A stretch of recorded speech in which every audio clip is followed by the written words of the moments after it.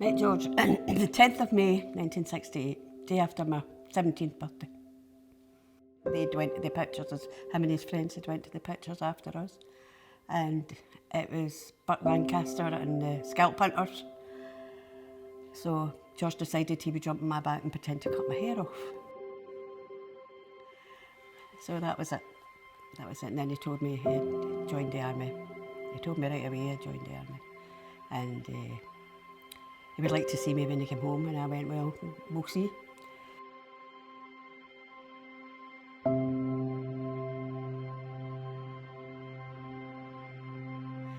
But we got married when I was 19 because George was going to Singapore and he wanted me to go with him.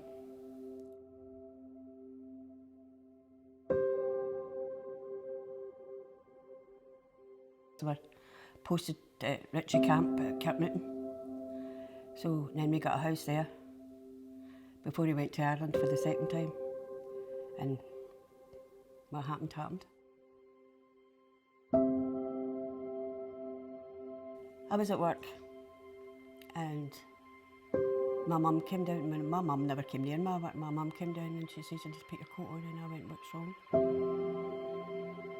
And she went, George has been hurted. You need to go to the police station and they'll give you the information.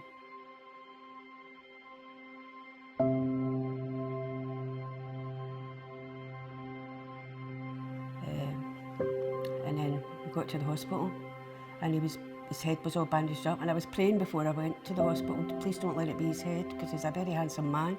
And I'm like, don't let it be his head, please don't let it be his head. And his head was all bandaged up. And he sustained brain damage because it was like a £500 bomb landmine in the road, and they had exploded it for the south, and it blew the armoured car that he was in into a field.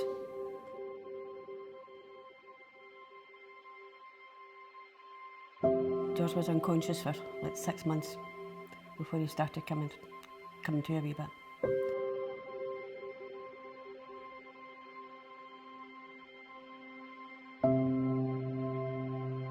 When you've got time to sit down and think, God, that actually happened to me. That happened to him. How did I get to this?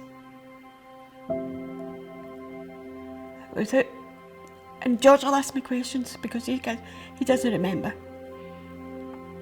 And I can't answer him because I'm thinking about it too much myself.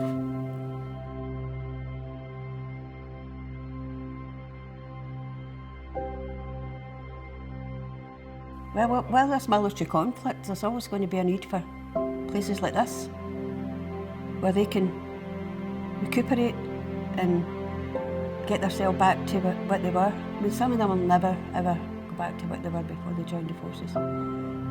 But they need places like this. And this is the best, Erskine's the best care you're going to get.